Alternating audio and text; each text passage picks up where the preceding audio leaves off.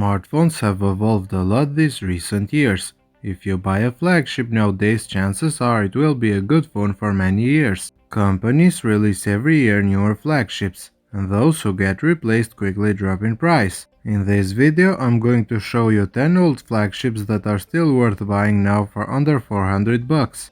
For this video, I'm only considering phones that are more than a year old. Kicking off the list is the Sony Xperia 1, which is now more than 2 years old, but I think it still can deliver. The Xperia 1 was the first phone from Sony to offer a 21:9 4K OLED display, a format they still use in their phones. The one has the Snapdragon 855 processor inside, and even though it is an older chip, it can still hold its own in most of the tasks. The cameras are still very capable, even though they lack night mode and a long-range zoom. The only thing that bothers me about this device is the 3300 mAh battery, which was never good enough. It has fast charging even though it misses wireless charging. Overall, I would say the Xperia 1 is still a good option for people who want flagship experience without spending a lot of money. Another great phone in this list, released more than 2 years ago, is the Galaxy S10 Plus, which still remains one of the best Samsung phones ever made. The Galaxy S10 Plus was a big step forward for Samsung. The S10 Plus was the first phone to have a camera cutout in the display, a trend that is still actual in 2021. The S10 Plus has also a premium build quality made of glass and aluminum. The S10 Plus has a 6.4-inch Quad HD dynamic AMOLED display. The display of the S10 Plus is still incredible even in 2021. Also, the performance is still good as it packs the Exynos 9820 chip inside. The cameras are also very refined and all of them support night mode. The 4100 mAh battery can get you through a day with a single charge in most of the situations. Fast and wireless charging are also present here. Even after 2 years, I am still impressed how good of a phone the S10 Plus is. It has a big display and a form factor that feels very good in the hand. For a price under 350 bucks, the S10 Plus offers amazing value for money. One of the oldest devices in this list is the Huawei Mate 20X, which got released all the way back in 2018. The Mate 20X is also the biggest device in this list, packing a 7.2-inch OLED display. It is an enormous device that makes the one-handed usage impossible. This is a device more suited for gamers, even though it doesn't compromise other areas. Inside it has the Kirin 980 chipset, which is on par with the Snapdragon 855 found on earlier devices. The cameras are also flagship level, with this device being one of the first to offer the ultra-wide lens. It has also a large 5000 mAh battery, and it can still get you through a day easily. The Mate 20X I think is still a device to get in 2021, especially since it supports Google Apps.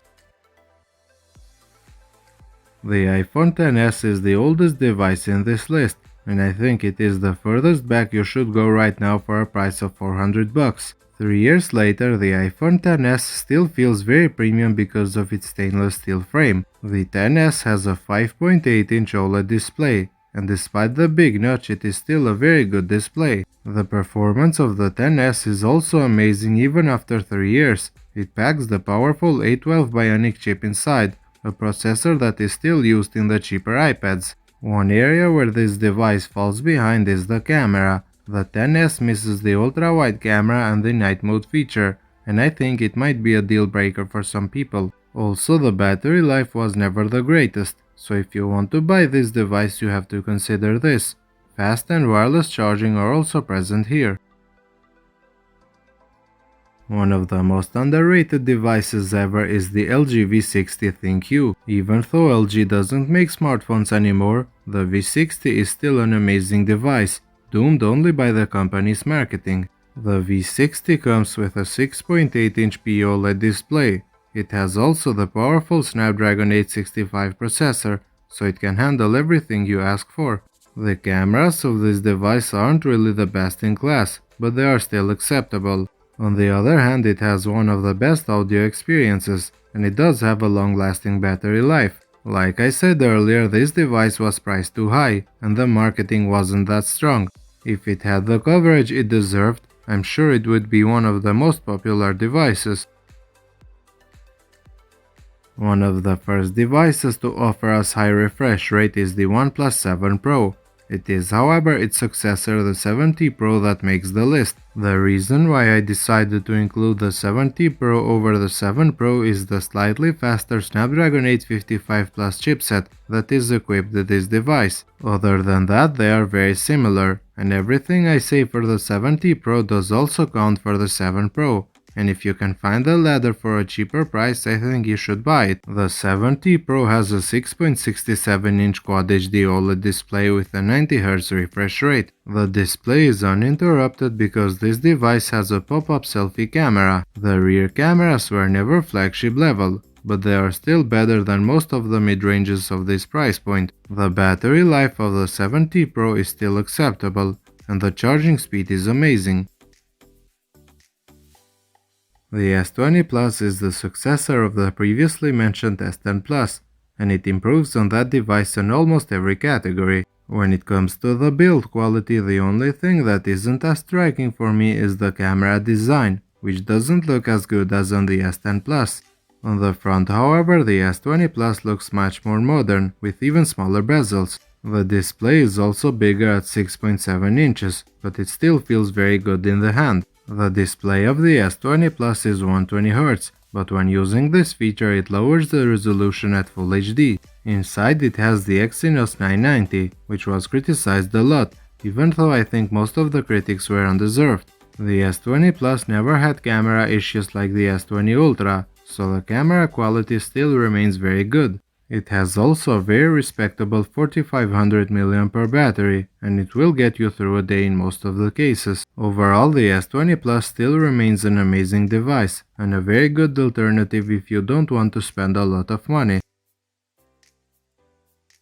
Even though it wasn't the best device in the market, the Google Pixel 4 XL deserved more credit. Sure, it missed some great features like the ultra-wide camera and the bigger battery, but the 4 XL did offer us a lot of great things that make this device still worth in 2021. The display, for example, is still very good. It has a 6.3-inch Quad HD OLED display with a 90Hz refresh rate. On the top, however, it has a big bezel that houses the face scanner. Performance is also good with the previously mentioned Snapdragon 855 powering this device. Like I said earlier, it misses an ultra-wide camera, but the cameras that are present here are incredible even in 2021. The battery life is on the weaker side, but I think it is still acceptable. It does, however, have fast and wireless charging. The P30 Pro is the last flagship from Huawei to support Google Apps, which gives this device a big plus compared to its successors. The P30 Pro has a 6.47-inch OLED display, only interrupted with a small notch. The display on this device is good, but not the greatest compared to the phones in this list.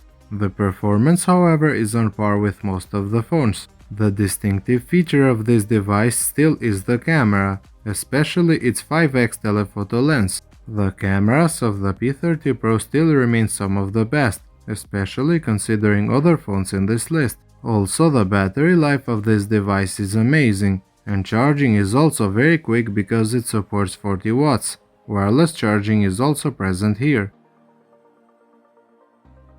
In 2021, the Note 10 Plus still remains one of the best devices Samsung has ever made. It has a gorgeous design that looks and feels amazing even 2 years later. The display is also incredible even today. It has a 6.8-inch dynamic AMOLED display with a Quad HD resolution. The only thing missing to this display is a high refresh rate. It isn't as fast as 2021 flagships, but the Note 10 Plus still performs very well. The cameras on this device are also very good, with the zoom being its only weak point. It has also a 4300 mAh battery that can get you easily through a day with a single charge. It has also the S Pen, and it packs all the features of their later implementations.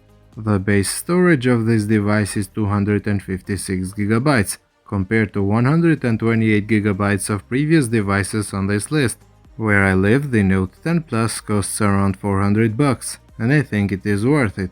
If you want a device that offers you almost everything for half the price of 2021 flagships, then I think this device is the Galaxy Note 10 Plus. This was my personal list, but I would like to hear your own thoughts in the comment section below. If you did enjoy this video, a thumbs up would be appreciated. Thank you for watching and subscribe for more videos.